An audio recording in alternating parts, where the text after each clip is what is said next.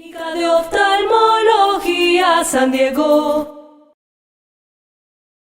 En la ciudad, 31.000 metros cuadrados, posicionándonos como una de las más grandes en la especialidad de oftalmología en Latinoamérica. Por nuestra amplia experiencia, capacidad instalada y servicio, llegan diariamente personas como Valentina, Doña Mariela o Felipe en busca de nuestros servicios que les permitan seguir disfrutando las maravillas de ver lo bello de la vida. Nuestro amplio portafolio incluye toda clase de cirugías oculares, ayudas diagnósticas, consulta externa con oftalmólogo u optómetra, además de otras especialidades como dermatología y otorrinolaringología. Contamos con 12 quirófanos en Medellín, dotados con tecnología de punta y construidos de acuerdo con las especificaciones exigidas por la normatividad nacional e internacional.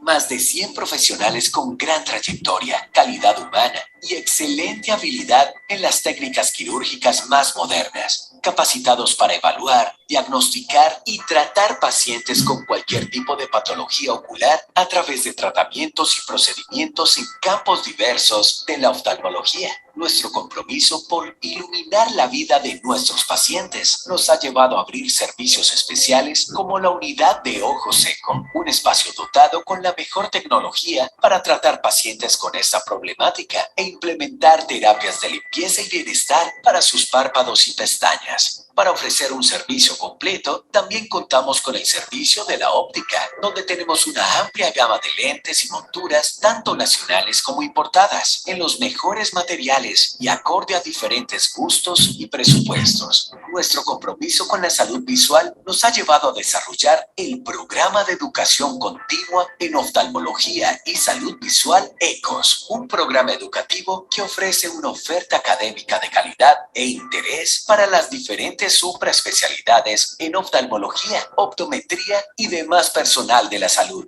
En la Clínica de Oftalmología San Diego trabajamos para iluminar tu vida.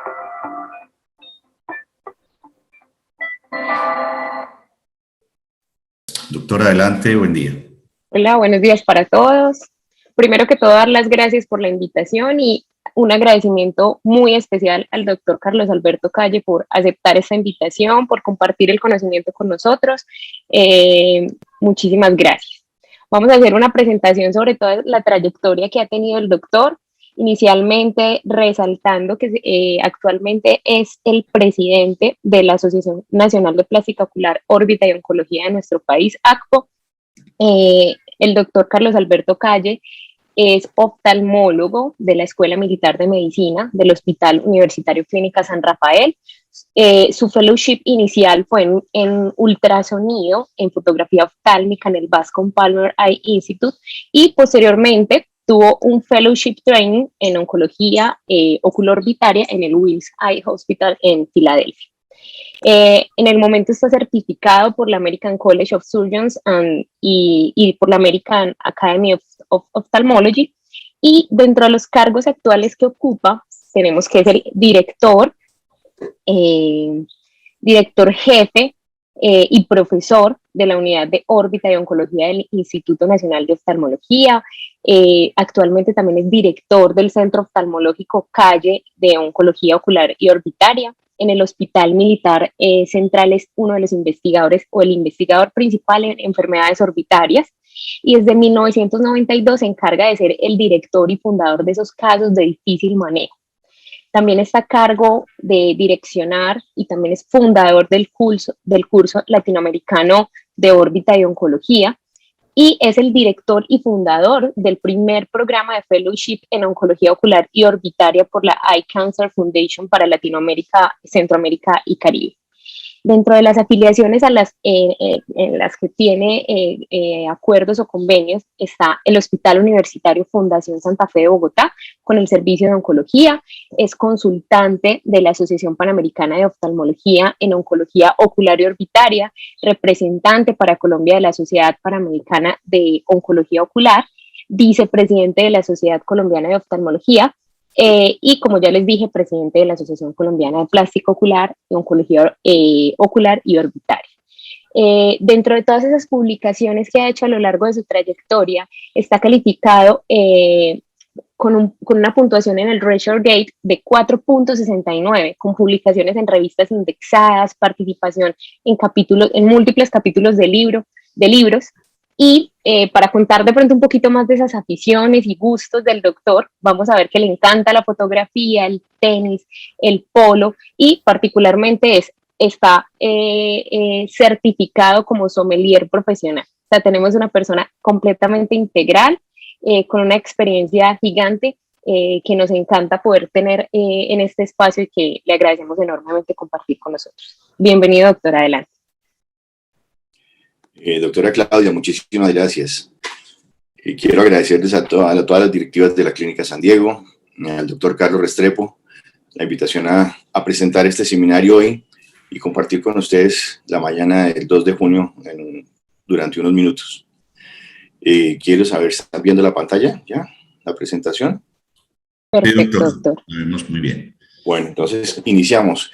Vamos a entrar escogí este capítulo porque es uno de los capítulos más interesantes dentro de la oncología ocular, y porque puede llegar, o abarca, o llega a todos los oftalmólogos. Los oftalmólogos todos vemos lesiones pigmentadas en nuestra práctica diaria cada día. Es un reto diagnóstico, es un reto terapéutico, y por eso quise poner en contexto todas estas experiencias para poder hacer un diagnóstico más claro.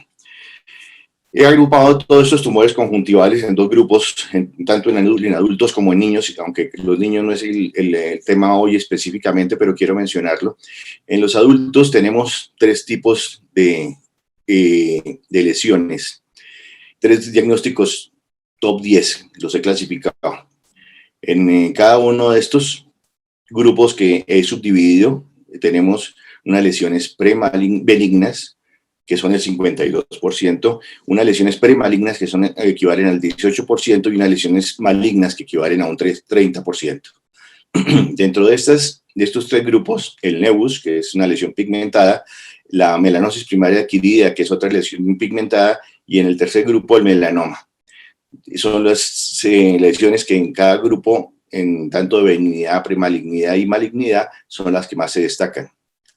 En los niños sucede algo similar. Las lesiones pigmentadas se representan el 61%, y ahí ustedes ven los otros grupos de clasificación de benigna, que es el 97%, y los malignos un 3%. De tal manera que tenemos dos grupos muy bien definidos que nos permiten hacer diagnósticos diferenciales rápidamente dentro de los tumores conjuntivales en adultos y niños.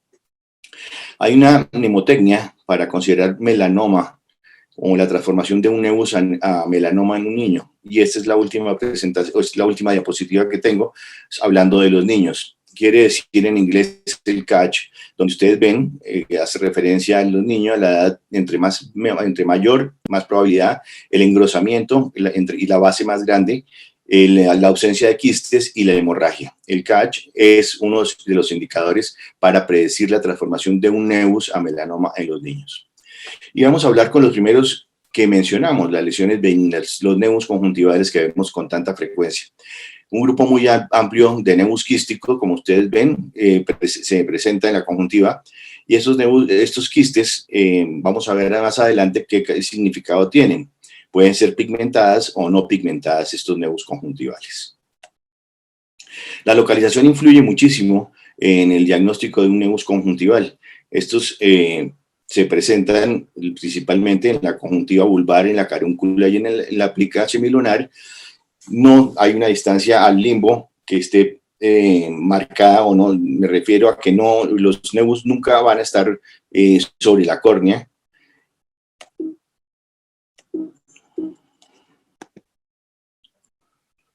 Aquí pasó alguna cosa.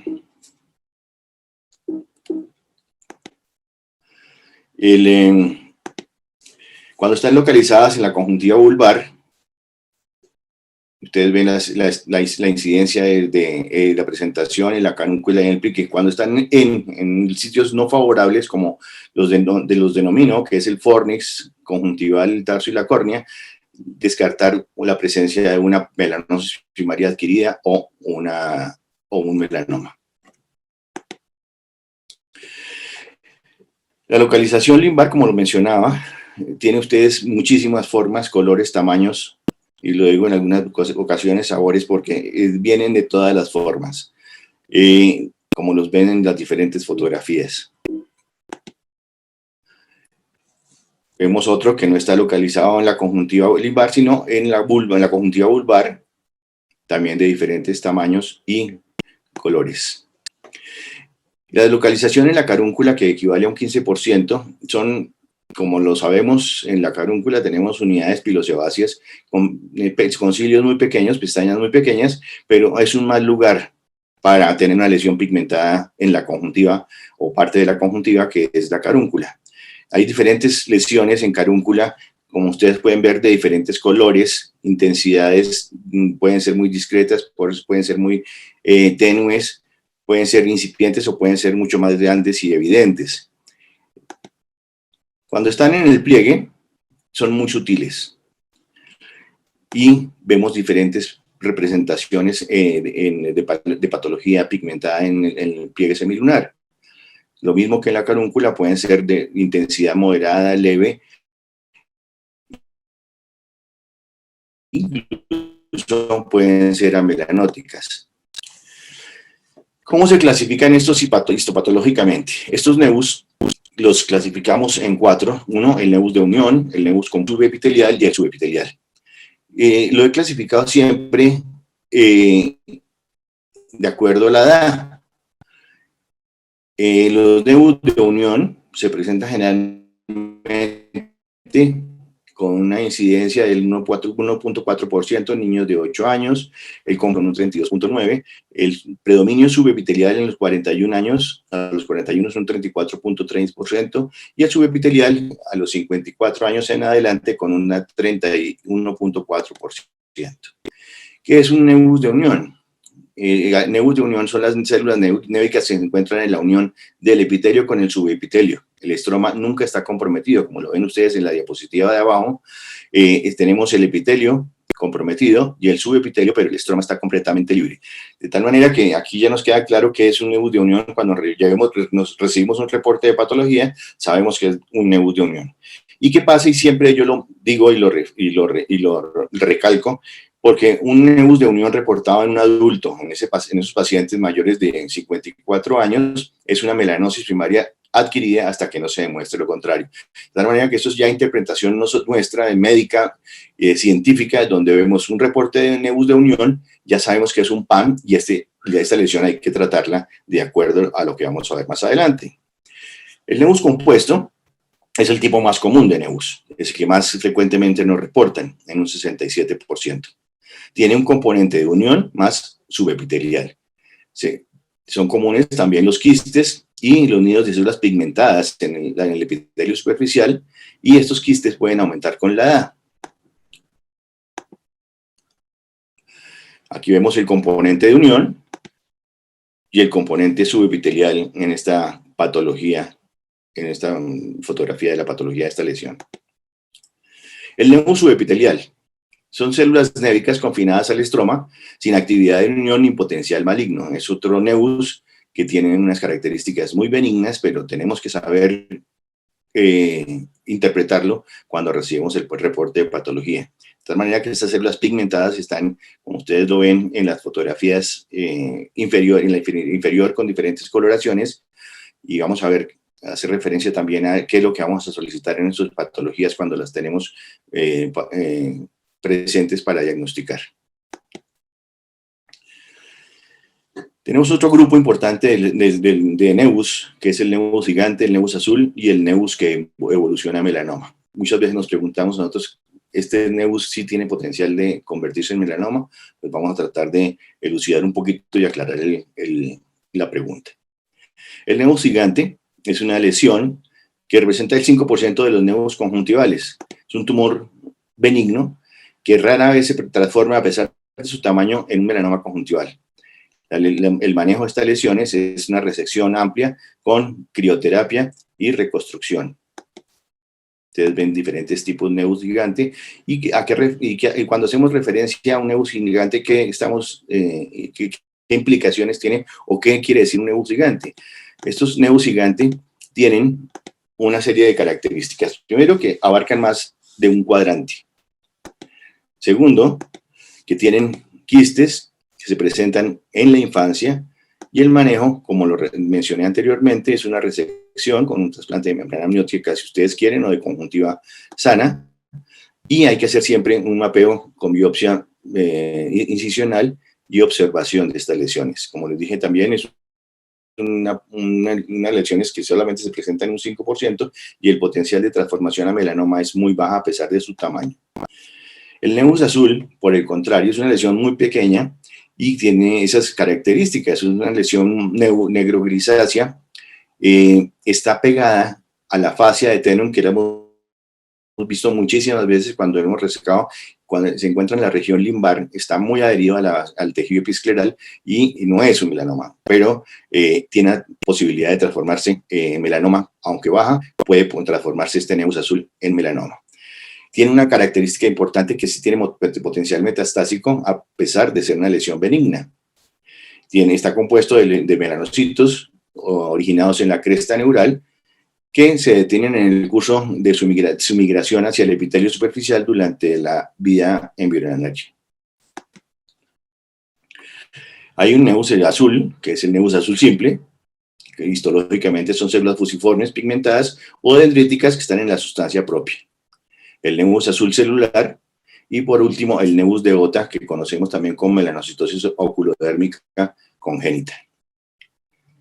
Hemos visto muchísimas veces muchos casos de melanocitosis ocular o nevus de Ota, en la cual vemos una lesión pigmentada, azul, gris oscura, azul grisácea, que no se mueve con la conjuntiva. O sea, sabemos que está un poco más profundo, y son melanocitos epibulbares fusiformes y dendríticos histológicamente, asociadas generalmente a nevus oveales que predisponen a melanoma, de tal manera que estos pacientes tienen una probabilidad de melanoma, desarrollar melanoma durante su vida, en un 17%. Hay que estarlos observando y nunca se asocia a melanoma de conjuntiva.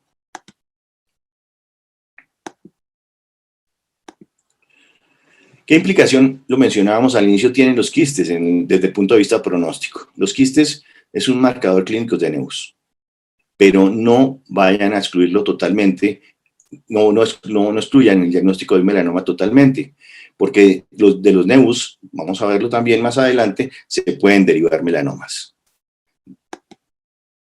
¿Cómo podemos examinar estas lesiones névicas? Hoy en día tenemos el OCT de alta resolución del segmento anterior, que nos permite ver las lesiones, específicamente haciendo mención a los quistes subepiteliales de estas lesiones. Se ven muy bien.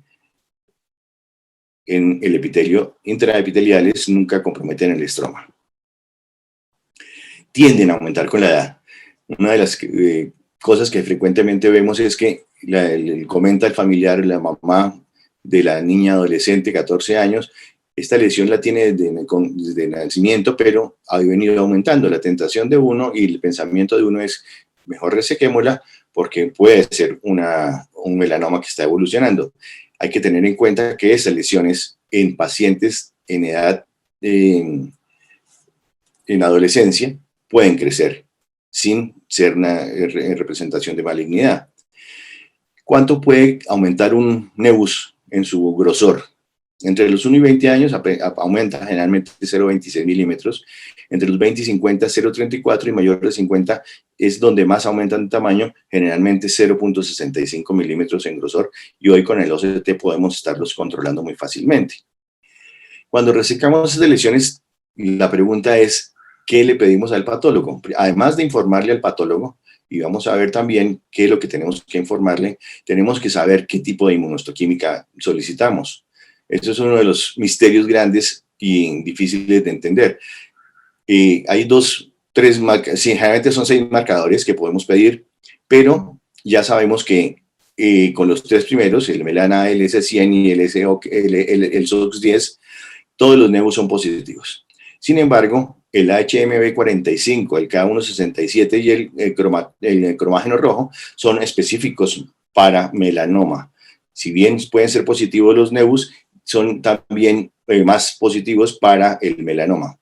Entonces ya tenemos 6 marcadores importantes en inmunohistoquímica para diagnosticar y confirmar melanomas o lesiones névicas de la superficie ocular.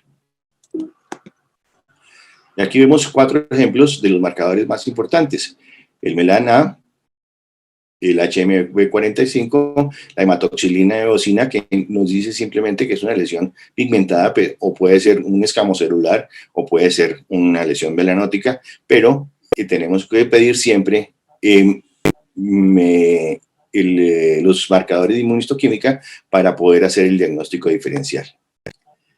Aquí tenemos nuevamente la imagen de los quistes. Y como para complicar un poquito más la cosa, es las pigmentaciones del epitelio conjuntival. Las podemos clasificar, siempre las hemos clasificado como melanosis racial o melanosis primaria adquirida con o sin atipia. Hoy la queremos complicar un poco más, pero esto no está todavía aprobado, no tiene un consenso general, pero les estoy adelantando un poquito sobre qué va a pasar en el futuro. Vamos a llamarlas melanosis raciales o primarias, secundarias adquiridas, que son las constitucionales, las cefélides, la proliferación melanocítica reactiva, la proliferación melanocítica neoplásica con o sin atipia, el melanoma in situ y el melanoma invasivo. De tal manera que estas son las clasificaciones que podemos ver en el futuro. Y cuando hablamos de una lesión pigmentada, ¿qué le debemos informar al paciente? ¿O qué pregunta nos debe responder? Primero, ¿dónde está la lesión? Tenemos que informarle, no tenemos que dejarle el diagnóstico a ver qué adivina y qué puede ayudarnos en la interpretación. Hay que decirle dónde está la lesión y qué es lo que estamos pidiendo. De tal manera que los marcadores son fundamentales, porque si no pedimos los marcadores de una lesión pigmentada, el patólogo no puede hacer absolutamente nada. ¿Dónde está la lesión? Porque sabemos que las lesiones en diferentes porciones, ya lo mencionamos, del ojo no son buenas predictores de benignidad, y el contrario, se pueden convertir en predictores de malignidad. Y el patólogo nos va a decir, ¿el pigmento está dentro de las células epiteliales o de los melanocitos? ¿Hay aumento del número de melanocitos? ¿Los melanocitos son atípicos? ¿Y dónde se localizan esos melanocitos atípicos? ¿En las capas superficiales, en el epitelio basal o en la sustancia propia? De tal manera que en este momento ya podemos saber qué hacemos con un nebus. Lo observamos, le tomamos fotografía. Si vemos crecimiento, vascularización o inflamación, podemos hacer la biopsia excisional, o sea, resección completa, con margen, importante el margen, obviamente, para evitar dejar células en la vecindad de la lesión, hacer alcohol absoluto y la crioterapia con técnica de doble congelación, y de acuerdo al resultado de la patología podemos iniciar inmunoterapia. Pasamos al segundo grupo de lesiones premalignas.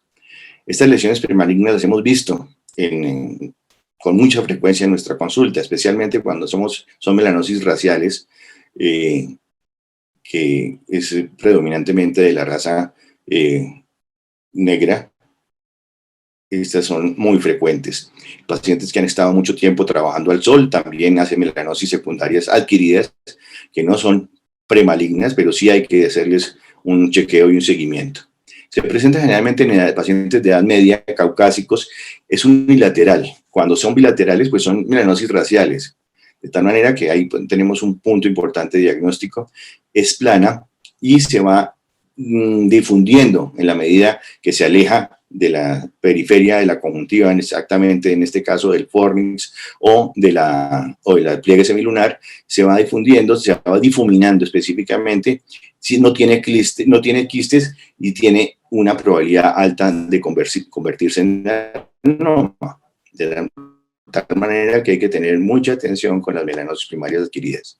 Hay diferentes clasificaciones que nos permiten saber si esas melanosis primarias adquiridas van a evolucionar a melanoma. Los estudios del Instituto de las Fuerzas Armadas de Estados Unidos, el AFIP, clasifica de estas en 46% de la probabilidad de transformación a melanoma, y en el Wills, la serie del Wills, solamente un 13%.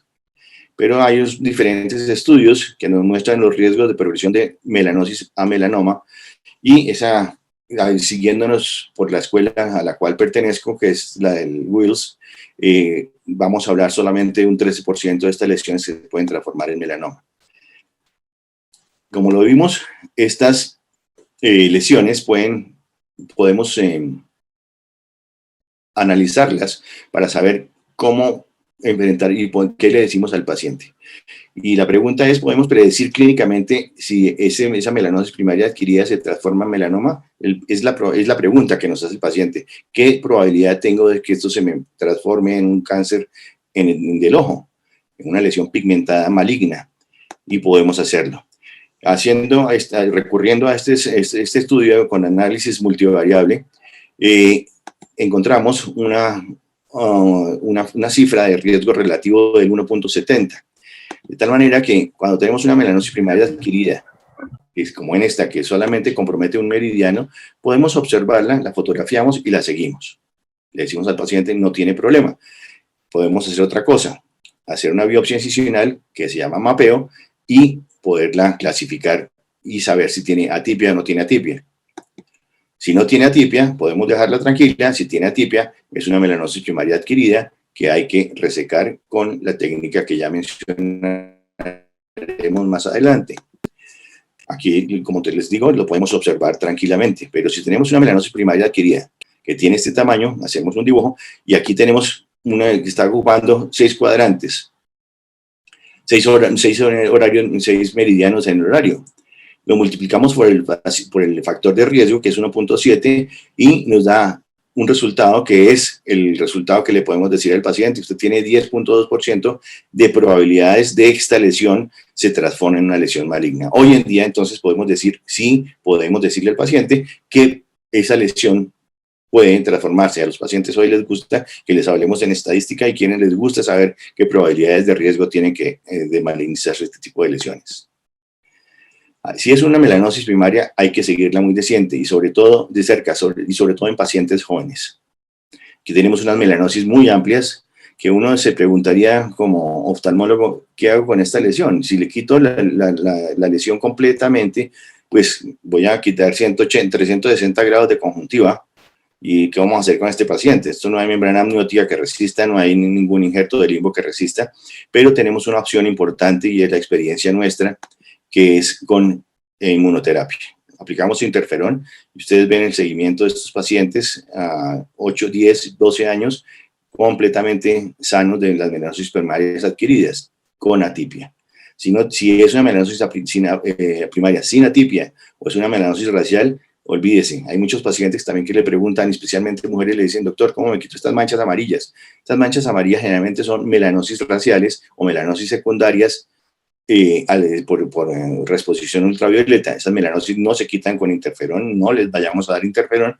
Si quieren, les parece estéticamente mal, pues piensen en una resección de esas lesiones pigmentadas secundarias, una vez descartada la melanosis primaria adquirida con atipia.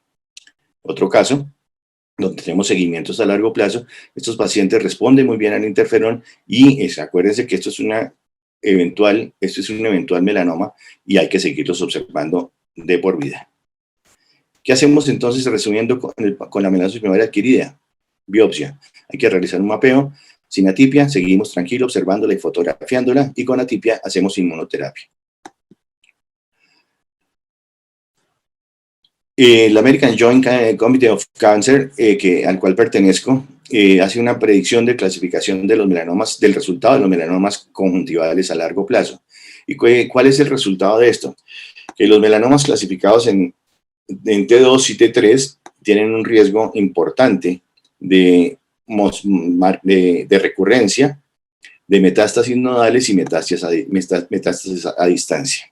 Esto lo volvimos a corroborar en este reciente estudio que fue publicado hace 2 años y por el American Joint Committee on Cancer, de la fuerza de tarea conjunta de la cual hago parte, y tenemos elementos para poder hacer el seguimiento de estos pacientes a largo plazo.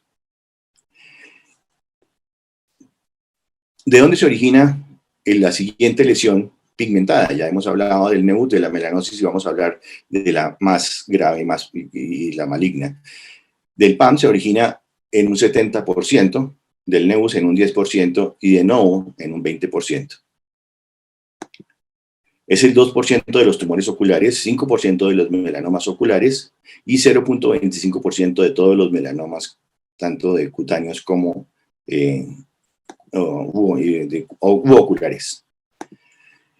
El melanoma siempre hay que tenerlo presente porque puede estar en un sitio oculto y a veces se nos olvida. El párpado hay que voltearlo, hay que vertirlo y porque podemos tener lesiones importantes en esa zona. De tal manera que seamos investigadores, seamos minuciosamente curiosos y busquemos porque estas lesiones pueden presentarse en multifocalidades entre el 22 y el 28% de los pacientes. ¿Y cómo sabemos si ese nevus que teníamos originalmente puede evolucionar a melanoma? Ya tenemos un índice de riesgo que es el de la melanosis primaria adquirida, que ya lo vimos cómo se hace, pero ese nevus tiene la probabilidad en 1 en 300 y que transformarse en melanoma. Primero, está sobre una melanosis primaria adquirida. Indudablemente, cuando se originan de la misma. Tienen quistes, perdón.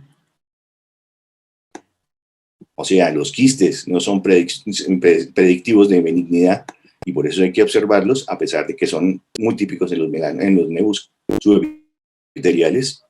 Y esa transformación puede presentar en un año.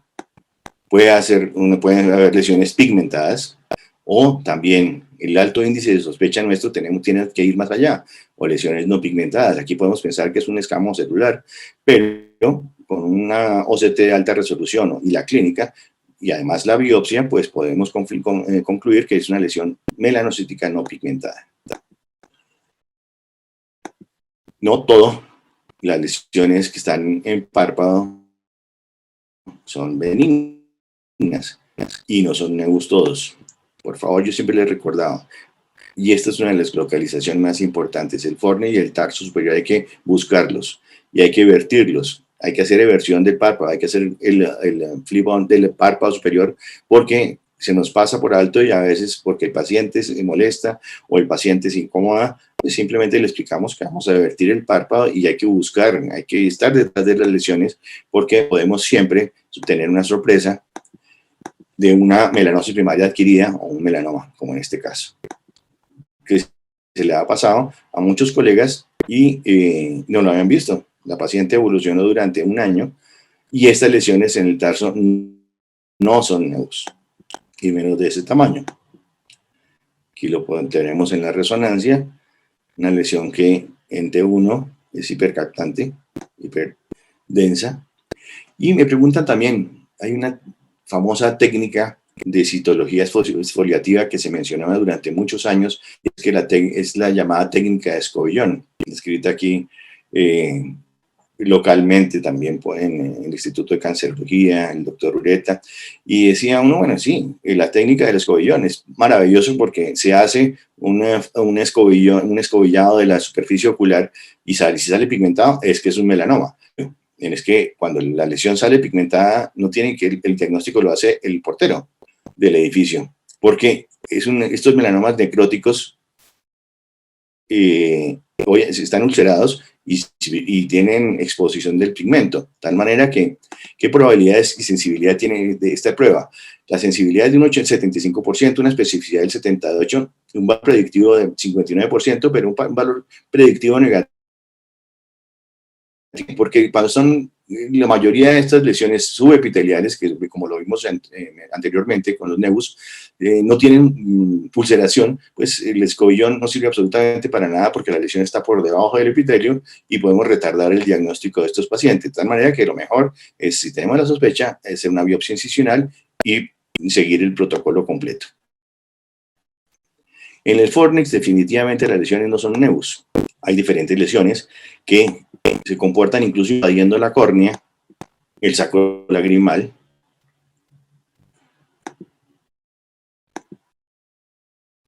Aquí podemos ver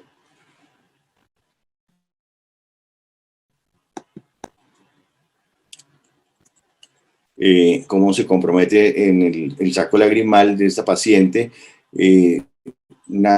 supuestamente una acrocistitis. Hicieron el sondaje, no vieron que salía el pigmento y después hicieron una dactiocistectomía cuando ya habían una siembra por fuera del saco lagrimal y lógicamente quedó invadida. Aquí pasó algo, se fue la presentación.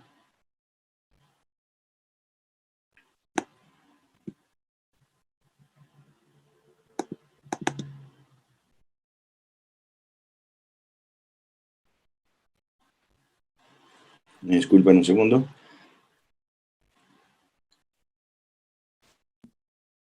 Tranquilo, doctor, quizás se le cerró.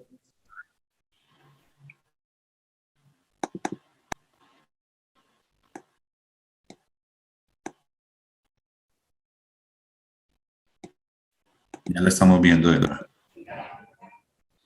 Gracias.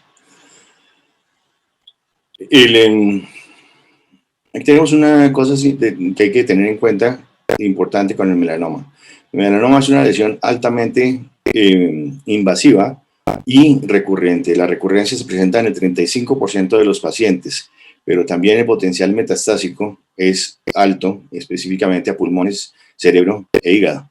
De tal manera que esta lesión hay que tenerla presente y cuando la diagnosticamos en estados avanzados, desafortunadamente no podemos hacer mayor cosa. La exenteración no mejora el pronóstico de estos pacientes, la radioterapia tampoco, ni la quimioterapia. Como lo vemos también en el melanoma de piel, es un tumor altamente resistente al tratamiento y a pesar de que hoy tenemos un tratamiento para el melanoma de piel, para el melanoma de coroides en investigación, perdón, que es el Tabem-Bufaz y tiene una positividad, una efectividad de tratamiento del 35% de evitar metástasis a 5 años. Para el melanoma de conjuntiva no tenemos absolutamente nada. Se están haciendo experimentos importantes en este campo, pero la única solución que podemos ofrecer en este momento es el tratamiento quirúrgico y la inmunoterapia antes de que se convierta en melanoma. Ya tenemos que hacer en el tratamiento de estos pacientes cuando hablamos de resección tumoral. Los bordes libres sin siembra tumoral, o sea, la técnica de no tocar la lesión y reconstrucción cosmética y funcional. Yo siempre he abogado porque estas lesiones, después de haber hecho el tratamiento, la resección, el alcohol, la crioterapia, deben ser reconstruidas, ojalá sin injertos, cuando las lesiones son manejables sin injertos, porque el injerto nos puede ocultar una lesión que puede quedar residual o que puede aparecer posteriormente. Acá tenemos el diagrama de cómo manejar estas lesiones pigmentadas cuando ya es el melanoma. Y, como les mencioné, la exenteración subtotal o total no mejora el pronóstico de sobrevida de estos pacientes.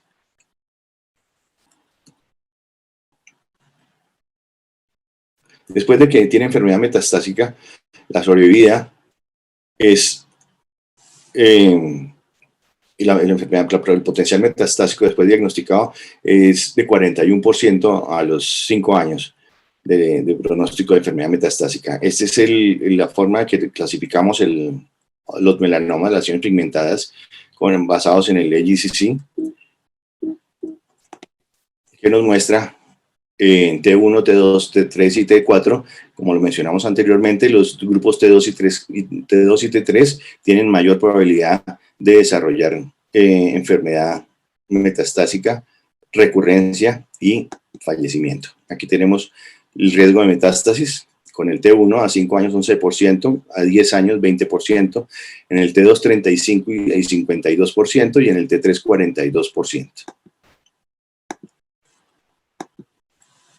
Después de que analizamos todo esto, hoy en día no nos quedamos tranquilos y el melanoma de conjuntiva no es solamente diagnosticarlo y tratarlo. Tenemos otras herramientas que son los marcadores moleculares hoy en día. Identificamos melanomas de alto riesgo, como lo hacemos con los melanomas de coroides. Medicaciones contra los marcadores se están desarrollando y exactamente como lo mencionamos, como el melanoma en piel, que corresponde a a la inmunoterapia sistémica, con todos los PD1, PDL1, CTLA4, que son medicaciones que van a actuar específicamente sobre el BRAF y estas anormalidades genéticas que es el BRAF, el TERT y el PTEN. ¿Qué tenemos en los melanomas de conjuntiva? La sorpresa más grande es que en el melanoma de conjuntiva, el BRAF también está mutado, el TERT también está mutado y el PTEN está también mutado. De tal manera que tenemos drogas hoy en día, elementos importantes de medicamentos de inmunoterapia que nos ayuda a mantener libre de enfermedad metastásica y cuando se presenta, mejorar la sobrevida de estos pacientes con la inmunoterapia sistémica. Andar de la mano del oncólogo que realiza inmunoterapia es fundamental para poder mejorar la calidad de vida de estos pacientes y aumentar la expectativa y calidad de vida aproximadamente hoy en día hasta 5 años después de la enfermedad metastásica. Cuando lo vimos anteriormente, estos pacientes generalmente mueren a los 6 meses de diagnóstico de enfermedad metastásica. Esto era todo lo que tenía para mostrarles hoy. Espero que sea de utilidad y quiero escuchar alguna información de preguntas, inquietudes o algo relacionado con la conferencia. Muchas gracias. Muchísimas gracias, doctor Alberto. Excelente conferencia. Invitamos a todos los participantes a que nos hagan algunas preguntas en el chat para pasárselas acá al doctor. Inicialmente quisiéramos preguntarle, doctor, hablando de melanoma, respecto a márgenes en caso de que sea posible hacer una resección, ¿qué márgenes está manejando en estos pacientes de melanoma conjuntiva? Tanto en la melanosis primaria adquirida como en el nevus y el melanoma. Acuérdense que para poder llegar al diagnóstico de melanoma tenemos que haber hecho una biopsia incisional. De tal manera que siempre lo mejor es hacer los márgenes de 3 milímetros desde el diagnóstico inicial, sea un nevus, sea una melanosis o sea un melanoma. 3 milímetros. Después con la crioterapia de técnica de doble congelación y una orientación muy buena, fijar la pieza, marcarla muy bien para que el patólogo tenga elementos de diagnóstico muy fiables.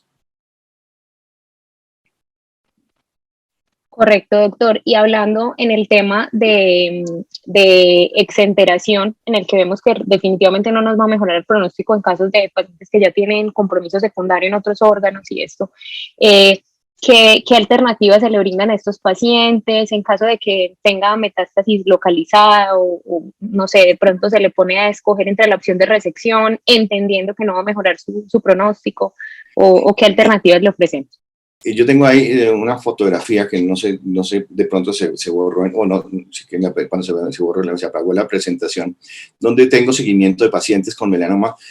Aquí hay que considerar varios factores. Una paciente de 75 años con una lesión, con un melanoma. La paciente, con una muy buena condición de salud, hacerle una resección primaria es una buena opción, como lo hacemos siempre. Primera opción es una resección primaria, pero la recurrencia, acuérdense que es un 35%. Esta paciente ha recurrido 7 veces en 15 años, tiene en este momento 90 años y la paciente está viva, sana, completamente lúcida y está en este momento sin recidiva después de que la última fue hace 3 años. De tal manera que hacerle una enucleación a una paciente con recidivas múltiples, yo tengo 7 recidivas, y pues no se justifica sacarle el ojo, hacerle una mutación porque la vamos a matar de depresión. Si el caso es ya marcadamente extremo, como hemos visto ahí en esas fotografías invasivas grandes, pues la exenteración generalmente es higiénica, pero hay que considerar la edad del paciente. Si no vamos a considerar una exenteración en un paciente de 85 y 90 años, porque la expectativa de vida no va a ser diferente si le hacemos o no le hacemos la exenteración. Si vamos a hacerle una exenteración higiénica, pues estaría indicado. Pero si el paciente puede soportar la lesión, puede cubrirse, puede manejarla tranquilamente, pues se le puede dar esa oportunidad. Correcto, doctor, muchísimas gracias. Y pues también tener de la mano la inmunoterapia. ¿Cuál ha sido su experiencia como en alianza con los oncólogos? Buenísima. El tema sí. Buenísima. Comenzamos a hacer inmunoterapia precisamente con melanoma de coroides, enfermedad metastásica, no como tratamiento primario. Tratamiento primario que hoy utilizamos hoy en día aquí en el país es básicamente la radioterapia externa, es el External Beam Radiation Therapy, pertenecemos al grupo SORT, que es el grupo de investigación mundial internacional, donde somos 9, en este momento somos 9 países, 14 instituciones, donde se está haciendo la clasificación de acuerdo a la dosis recibida, los efectos secundarios, para poder obtener la medición y la radiación óptima para este tipo de diferentes tipos de patología. Nuestra fellow, que orgullosamente es Mariana López de Medellín, la fellow de oncología de la Eye Cancer Foundation, y en nuestras instituciones está completando el SORT, y vamos a hacer también una especie de SORT aquí nacional con los tratamientos que se han realizado en radioterapia externa en diferentes ciudades. La inmunoterapia funciona muy bien en enfermedad metastásica, y también la estamos iniciando como factor como tratamiento adicional en pacientes que se han diagnosticado con un melanoma de conjuntiva completamente resecado. Se les hace una inmunoterapia tópica con interferón, o se les ayuda un tratamiento coadyuvante con inmunoterapia sistémica con un PD-1, como es el nivolumab o el ipilimumab, en compañía de los oncólogos. Excelente, Doc, muchísimas gracias. Bueno, por acá tenemos 2 preguntas más en el chat. Una de ellas preguntando sobre la doctora Olga Rubio: ¿extensión pigmentaria sobre la córnea se traduce en significado clínico? ¿Depende de la extensión o existen algunos otros factores que puedan influir? Cuando la lesión es muy grande, como la vimos en estas fotografías, la invasión epitelial, acuérdense que esto es invasión epitelial, invasión estromal en la córnea por melanoma, no existe. Esto es epitelial. De tal manera que la epitelectomía es la técnica, o es la indicación, es una queratectomía superficial, epitelectomía específicamente, para poder resecar estas lesiones de la córnea.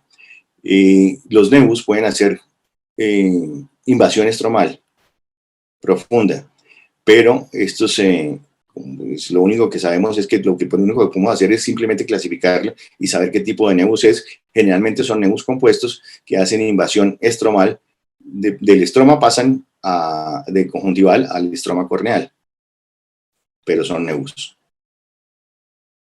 Ok, perfecto, doctor, gracias.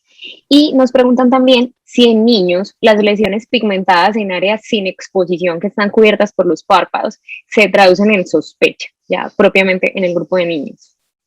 Vimos ahí al comienzo de la gráfica los 2 grupos, lesiones, ellos no tienen lesiones premalignas, o tienen benignas o malignas, y el grupo de malignas es el que menos probabilidad tiene de ser maligna. Un 19% de esas lesiones pueden ser malignas, y obviamente si es pigmentada y está en sitio de riesgo, un sitio no apropiado, sí es un melanoma. Correcto. Bueno, no sé si alguien más tiene alguna pregunta adicional para hacerle al doctor, o si no, pues ya daríamos por finalizado este espacio. Muchísimas gracias, doctor. Excelente conferencia. Gracias por su actitud y disposición a enseñarnos y a transmitirnos todos sus conocimientos. Muchísimas gracias. No, a ustedes muchísimas gracias por la invitación. Doctor Carlos Restrepo, doctor Upegui, doctor Londoño, muchas gracias. Y Claudia, muy amable por la presentación. Muchas gracias, doctor Carlos. Excelente. Como siempre. Un abrazo grande. Un abrazo. Muy bien. Hasta luego, gracias. Sí, Hasta gracias. luego, gracias. Un placer haberlo tenido con nosotros, y los invitamos la próxima semana. Tenemos el día 9 de junio con la doctora Carolina Alarcón Arciniegas de Cali, el tema neoplasia escamosa de la superficie ocular. Entonces, ese será a las 6:30 de la tarde. Aquí los esperamos de nuevo por este canal de Zoom. Muchísimas gracias. Mauricio, recordando una cosa, y es que esto queda grabado en el canal también de videos de la clínica, porque creo que hay muchísima información que vale la pena para los que no somos especialistas en este área, volver a retomar. Muy interesante la conferencia. Muy. Esta conferencia y todas las anteriores quedan en el canal de YouTube que pueden visitar de la Clínica de Oftalmología San Diego, y la pueden replicar a todos sus círculos académicos también. Muchas gracias. Doctor Calle, acá en el chat, infinitas gracias. Todo el mundo está felicitándolo por la excelente conferencia. Desde México, la doctora Liz América Domínguez, muchas personas agradeciéndole y felicitándolo por esta excelente presentación. Muchas gracias. Muchas gracias, Claudia. Buen día para todos. Buen día para todos. Buen día, hasta luego. Clínica de Oftalmología San Diego.